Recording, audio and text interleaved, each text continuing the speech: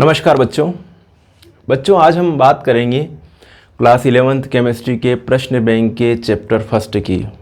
हमने पहले पढ़ चुके हैं, चैप्टर सेकंड हमने कंप्लीट कर लिया है, चैप्टर थर्ड कर लिया है और कार्बनिक रसायन वाला चैप्टर भी अपनों ने कंप्लीट कर लिया है। इसके अलावा हमने सभी यूनिट के ऑब्जेक्टिव क्वेश्चन कंप्लीट कर चुके हैं। वो चाहो तो आप जो है प्लेलिस्ट बना रखी है मैंने class 11th chemistry question bank की, चैनल पर जाकर आप उसको सभी वीडियोज़ को सिस्टमेटिक तरीके से देख सकते हो और सिस्टमेटिक तरीके से अपनी पढ़ाई को जारी रख सकते हो। तो हम शुरुआत करते हैं आज क्लास 11th केमिस्ट्री। ये जो पहले बता चुका हूँ, लेकिन फिर भी आपको बहुत जल्दी में इसको समझाने का काम पहले हो चुका हूँ पहले वाले वीडियो में, लेकिन फिर भी आपको बता देते हैं कि इसका क्या आंसर है जल्दी से। बेटा आपके सामने जो पहला क्वेश्चन है ये है कि निम्नलिखित पूर्व लग्नों को उनके गुणांकों के साथ मिलाइए। निम्नलिखित पूर्व लग्नों को उनके गुणांकों के साथ मिलाना है आपको। मिला लीजिए आप। माइक्रो के लिए क्या यूज़ करते हैं अपन? 10⁻⁻⁶। ठीक है। डेका के लिए क्या यूज़ करते हैं अपन? डेका के लिए क्या यूज़ करते हैं? डेका के लिए यूज़ करते हैं अपन 10, है ना। मेगा के लिए क्या यूज़ करते हैं अपन? मेगा के लिए यूज़ करते हैं 10⁻⁶। और गीगा के लिए क्या यूज़ कर सकते हैं? गीगा के लिए 10⁻⁹ और फेम्टा के लिए 10⁻⁻15। मतलब इसका आंसर ये दे रखा है सामने। इसका ये है डेका का, मेगा का 10⁻⁶, गीगा का 10⁻⁹ और फेम्टा का 10⁻⁻15। ओके, मेरी बात आपको समझ में आ गई होगी। अब आगे चलते हैं, वापस अगला क्वेश्चन देखते हैं। स्क्रीनशॉट लेते जाना और साथ के साथ में अपने जो है नोट्स में सही करते जाना सारी चीज़ों को। इस क्वेश्चन का सही आंसर ये सारे सामने दे रखी है ना, इसका भी दे रखा है। वैसे देखो बेटा, मीटर के लिए क्या है? लंबाई है, मात्रक। किलोग्राम के लिए क्या है? द्रव्यमान का मात्रक है किलोग्राम, लंबाई का मात्रक है मीटर। सेकंड के लिए क्या यूज़ करते हैं? समय। एम्पियर विद्युत धारा का मात्रक है। केल्विन उष्मागतिकी तापक्रम का मात्रक। कैंडेला दीप्त तीव्रता का मात्रक। मोल पदार्थ की मात्रा का मात्रक। तो ये हो गया। मतलब मीटर के लिए क्या लिखा आप लोगों ने? मीटर के लिए लिखा आप लोगों ने लंबाई, ये पहला वाला, ये दूसरा वाला द्रव्यमान, है ना। किलोग्राम के लिए आप लोगों ने द्रव्यमान लिख लिया। सेकंड के लिए समय है। एम्पियर विद्युत धारा। केल्विन उष्मागतिकी। कैंडेला दीप्त तीव्रता और मोल पदार्थ की मात्रा। चलिए, हो गया ये क्वेश्चन सॉल्व। आगे बढ़ते हैं, टिक करते जाइएगा, आगे बढ़ रहे हैं हम। अगला क्वेश्चन है आपके सामने पेश, ये वाला। 1 लीटर विलियन में उपस्थित मोलों की संख्या को क्या कहते हैं? तो बेटा 1 लीटर विलियन में उपस्थित मोलों की संख्या को कहते हैं मोलरता। 1000 ग्राम विलायक में उपस्थित मोलों की संख्या को क्या कहते हैं? तो इसको कहेंगे मोललता। 1000 ग्राम विलायक में उपस्थित मोलों की संख्या को। विलियन में मोलों की संख्या एवं किसी घटक के मोलों की संख्या का अनुपात कहलाता है मोल अंश या मोल रुबाज। विलय के द्रव्यमान एवं विलयन के द्रव्यमान एवं विलयन के द्रव्यमान के अनुपात को 100 से गुणा करने पर क्या मिलेगा आपको? प्रतिशतता मिलेगा। ठीक है, ओके, बहुत बढ़िया। परमाणु द्रव्यमान की मात्रक इकाई है। AMU लिखना, इसका राइट लगाना। 180 ग्राम जल में मोलों की संख्या होती है 10 मोल। पहले समझा चुका हूँ इससे पहले वाले वीडियो में। जल की मोलरता कितनी होती है? 55.55 होती है। वैसे यहाँ पे ये वाला नियरेस्ट सही है। आगे बात करें, ये हो गया सारा पूरा, अब ये पेज पूरा हो गया। आगे बात करते हैं। आपके सामने क्वेश्चन हाजिर है। 12 ग्राम कार्बन में परमाणु की संख्या होती है 6.02 × 10⁻23। 2.0 ग्राम हाइड्रोजन का NTP पर आयतन होता है 22.4 लीटर होता है। बेंजीन का अणुसूत्र C6H6 है। इसका मूलानुपाती सूत्र होगा बेटा CH होगा। रसायन सोने की अंगूठी में अंगूठी का भार इतना है, इसमें सार्थक अंक बताइए 2 है। रसायन विज्ञान में बहुत छोटी राशि एवं बहुत बड़ी राशि से वैज्ञानिकों को कार्य करना पड़ता है। इनको सरल रूप से प्रकाशित करने के लिए हम प्रयोग करते हैं, वैज्ञानिक संकेतन का उपयोग करते हैं। अब आया आपके सामने एक शब्द वाले आंसर दीजिए एक शब्द वाले आंसर। इसमें सबसे पहला है क्वेश्चन आपका, आवश्यक अभिक्रिया कारकों और बने उत्पादों का मात्रात्मक अध्ययन क्या कहलाता है? तो इसको लिख लेना रस समीकरण मिति। रस समीकरण मिति, या इंग्लिश में कहेंगे स्टाइकियोमेट्रिक। आगे बढ़े बेटा। किसी निकाय में उपस्थित परमाणु अणुओं या अन्य कणों की संख्या को अवोगाड्रो स्थिरांक के रूप में व्यक्त किया जाता है। इस संख्या को कहा जाता है मोल। क्या कहा जाता है? मोल, या एवोगाड्रो संख्या भी लिखो तो भी कह सकते हैं। किसी अणु का आणविक द्रव्यमान होता है। किसी अणु का आणविक द्रव्यमान, यहाँ पर ये एक तरह से एक वाक्य में उत्तर दे देते हैं इसका। किसी अणु का आणविक द्रव्यमान क्या कहलाता है? तो किसी यौगिक का एक अणु, लिख लीजिएगा, किसी यौगिक का एक अणु कार्बन 12 के एक परमाणु के 1/12 भाग से जितने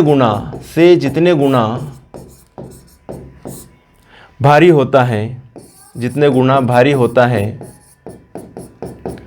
होता है, वह संख्या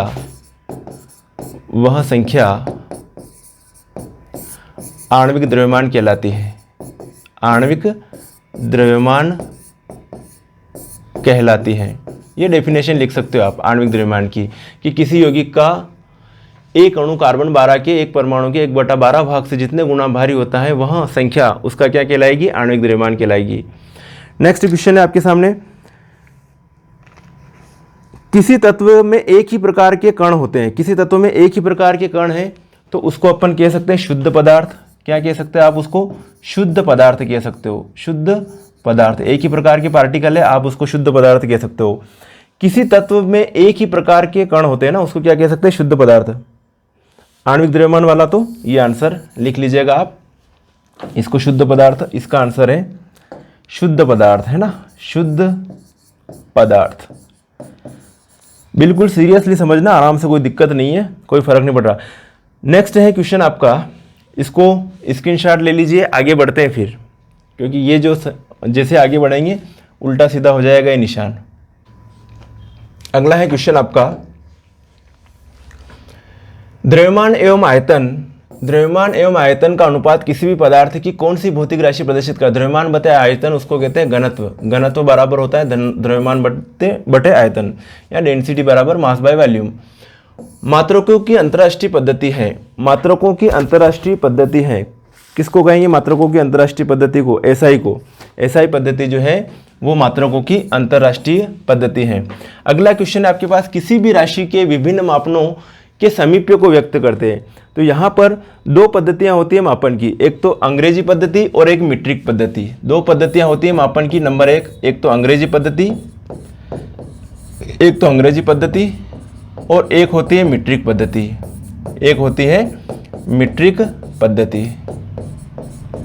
दो पद्धति होती हैं मापन करने के लिए, किसी भी राशि की मापन करने की।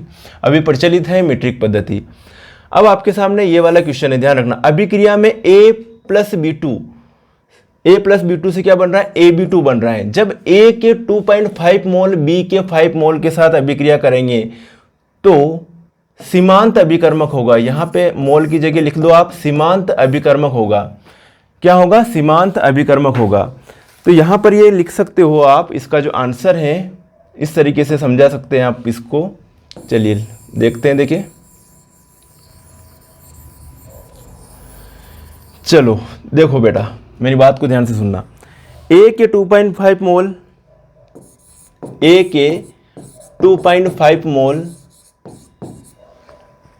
B के 2.5 मोल से क्रिया करेंगे। किससे क्रिया करेंगे? 2.5 मोल से क्रिया करेंगे।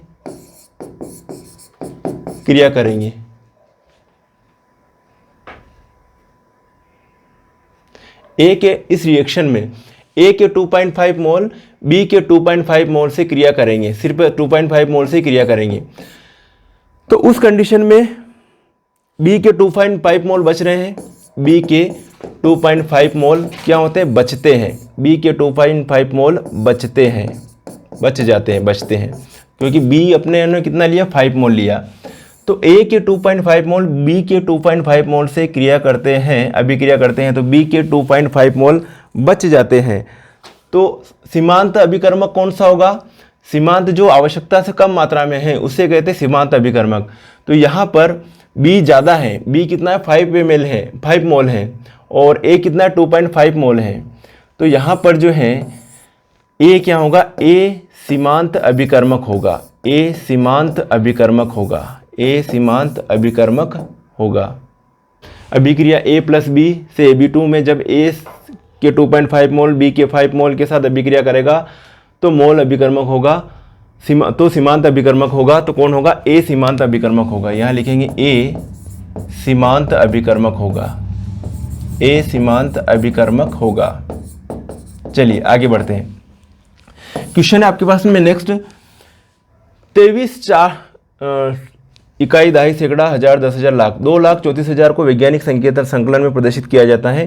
तो ये 2.34 × 10⁵ यही आएगा। ओके, 2.34 × 10⁵, मतलब मल्टीपल कर लेना, 5 शून्य लगा दो, 1 2 3 4 और ये 5, 1 2 3 4 5 गुणित 2.34 कर लेना आप। आंसर क्या आएगा, ये आंसर आएगा। इसमें कुछ ज़्यादा आएगा आंसर, ठीक है, इसका और ज़्यादा आएगा, उसका अलग आएगा आंसर, मतलब आपको ये संख्या प्राप्त नहीं होगी। तो ये है इसका सही आंसर, 2.34 × 10⁵। मेरी बात आपको समझ में आ गई होगी। क्वेश्चन है आपका, विमीय विश्लेषण क्या है? देखिएगा इसका आंसर। विमीय विश्लेषण, विमीय विश्लेषण किसे कहते हैं? चलिए, एसआई इकाइयों के आधार पर, एसआई इकाइयों के आधार पर, एसआई इकाइयों के आधार पर गणितीय विधि द्वारा, गणितीय विधि द्वारा एसआई इकाइयों के आधार पर गणितीय विधि द्वारा क्षेत्रफल, आयतन, बल, वेग, क्षेत्रफल, आयतन, बल, वेग, क्षेत्रफल, आयतन, बल, वेग आदि विमीय राशियों के लिए, आदि विमीय राशियों, आदि विमीय राशियों के लिए, आदि विमीय राशियों के लिए व्युत्पन्न इकाइयाँ प्राप्त की जाती हैं। व्युत्पन्न इकाइयाँ, व्युत्पन्न इकाइयाँ प्राप्त की जाती हैं, व्युत्पन्न इकाइयाँ प्राप्त की जाती हैं। क्या किया जाता है? व्युत्पन्न इकाइयाँ प्राप्त की जाती हैं। इन विमीय राशियों के लिए व्युत्पन्न इकाइयाँ प्राप्त करने की विधि, इन विमीय राशियों, इन विमीय राशियों के लिए व्युत्पन्न इकाइयाँ, व्युत्पन्न इकाइयाँ प्राप्त करने की विधि, प्राप्त करने की विधि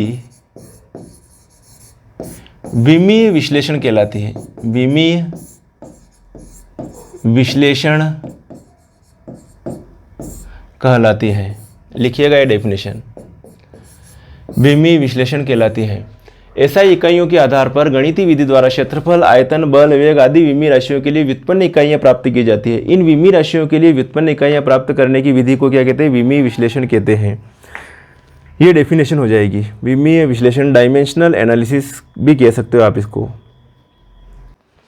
तो कोई भी रिएक्शन होती है, अभी जस्ट वैसे इस टाइप का ऑब्जेक्टिव टाइप का क्वेश्चन आया था, सीमांत अभिकर्मक किसे कहते हैं।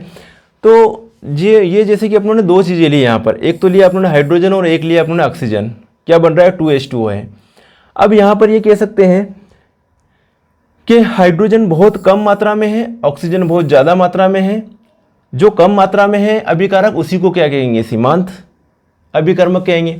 तो देखिए डेफिनेशन, रासायनिक समीकरण में यदि कोई एक क्रियाकारक दूसरे क्रियाकारक के लिए आवश्यकता से कम अनुपात में उपस्थित हो तो यह आवश्यकता से कम वाला क्रियाकारक क्या कहलाएगा? सीमांत क्रियाकारक कहलाता है।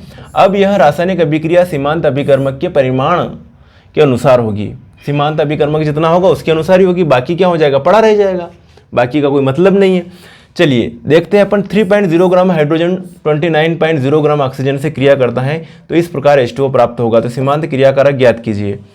तो सीमांत क्रियाकारक ये रिएक्शन हो रही, 4 ग्राम हाइड्रोजन क्रिया करता है 32 ग्राम ऑक्सीजन से, 3 ग्राम हाइड्रोजन क्रिया करेगा, 3 ग्राम हाइड्रोजन क्रिया करेगा कितने से, 32 गुणित 3, 32/4 गुणित 3। ये इसका एग्जाम्पल है।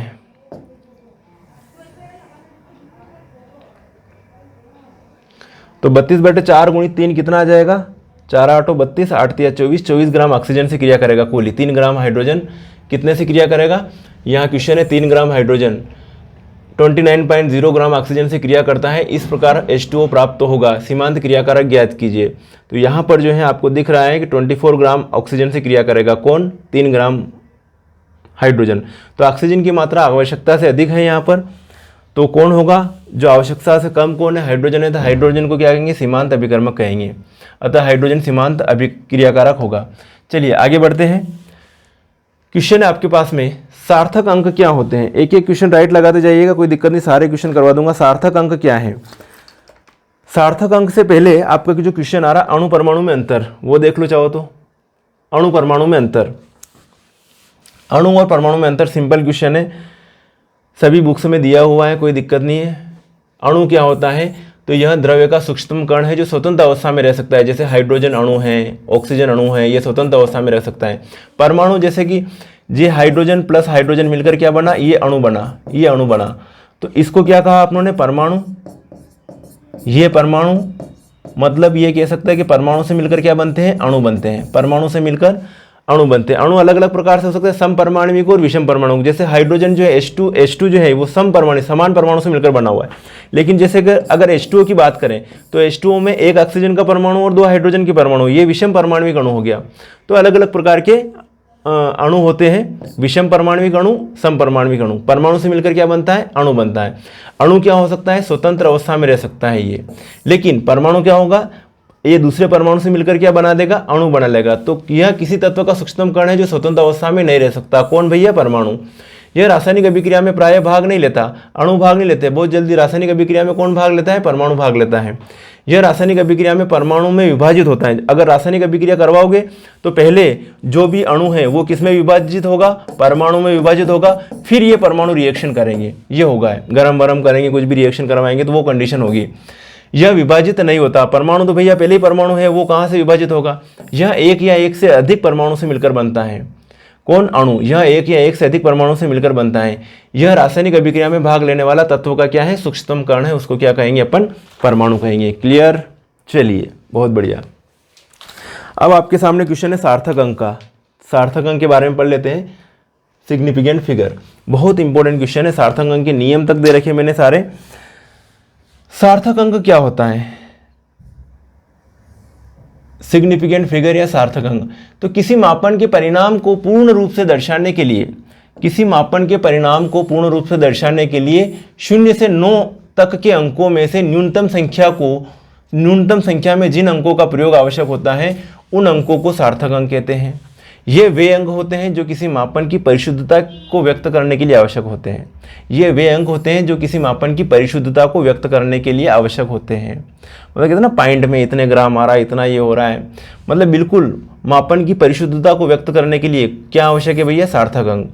सार्थक अंक का निर्धारण के नियम है, सभी गैर शून्य अंक सार्थक अंक, सभी गैर शून्य अंक मतलब शून्य के अलावा बाकी सभी अंकों को क्या कहते हैं अपन, सार्थक अंक कहते हैं। एग्जाम्पल 3.23 में 3 सार्थक अंक है।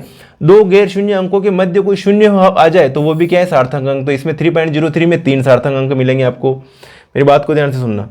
आगे, प्रथम गैर शून्य अंक से पहले अंकों वाले पहले वाले शून्य, प्रथम गैर शून्य अंक से पहले आने वाले शून्य सार्थक अंक नहीं होते। तो ये जो है देखो, इसमें 0.413 है, कितने हैं, 3 सार्थक अंक है। 0.012 2 सार्थक अंक है। 0.004 में 1 सार्थक अंक है। ये सारे नियम है। इसी आधार पर अभी एक ऑब्जेक्टिव वाला क्वेश्चन आया था। कौन सा क्वेश्चन था, ये क्वेश्चन था आपके सामने, सोने की जो अंगूठी है उसका कितना ग्राम वजन दे रखा था, 0.0025 ग्राम सोने की अंगूठी का। तो तो उसमें सार्थक अंक कितने थे, इसी नियम के आधार पर मैंने बताया था 0.0025 है, तो इसमें सार्थक अंक कितने हैं, 2 सार्थक अंक हो गए। किस नियम के अनुसार, इस नियम के अनुसार। तो हमें कैसे चलना है, नियमों के अनुसार चलना है, अपने मर्जी से नहीं चलना है। ओके, चलिए बहुत बढ़िया बच्चे हैं। 0.413 में 3 सार्थक अंक, 0.012 में 2 सार्थक अंक, 0.004 में 1 सार्थक अंक। आगे बात करें, दशमलव बिंदु में दाईं तरफ 0 सार्थक अंक होते हैं। अगर दशमलव बिंदु में अगर 0 इधर लगा हुआ है तो सार्थक अंक हो गए भैया, ये ध्यान रखना। इधर वाले जैसे 5.00 में 3 सार्थक अंक है, 0.030 में 2, 0.500 में कितने, 4 सार्थक अंक हुए। इधर वाले जो हैं दाईं तरफ वाले वो क्या है, सार्थक अंक में गिनेंगे। ओके, मेरी बात समझ में आ गई। प्रत्येक संख्या के अनंत संख्या में सार्थक अंक होते हैं। प्रत्येक संख्या के अनंत संख्या में सार्थक अंक होते हैं। 2 गेंदों 50 कुर्सियों में सार्थक अंकों की संख्या अनंत है। उस कंडीशन में ये निश्चित संख्या है तथा यथार्थ परक संख्या होती है। नेक्स्ट है वैज्ञानिक संकेतन। जैसे वैज्ञानिक संकेतन में किसी भी बड़ी संख्या या छोटी संख्या को कैसे लिखा जाता है, उसको किस अलग अलग प्रकार से लिखा जा सकता है। जैसे 21,500 को वैज्ञानिक अंकन के अनुसार अनेक प्रकार से लिख सकते हैं। 21,500 को अगर आप 2.15 × 10⁴ लिखो तो भी ठीक है, 2.11150 × 10⁴ लिखो तो भी ठीक है, 2.1500 × 10⁴ लिखो तो भी सही है। लेकिन इसमें जो सार्थक अंक है, इसमें 3 सार्थक अंक है। जो घातांक वाले को इसको सार्थक अंक नहीं मानते हैं, इसमें 4 सार्थक अंक हो गए, इसमें 5 सार्थक अंक हो गए। आगे बात करें,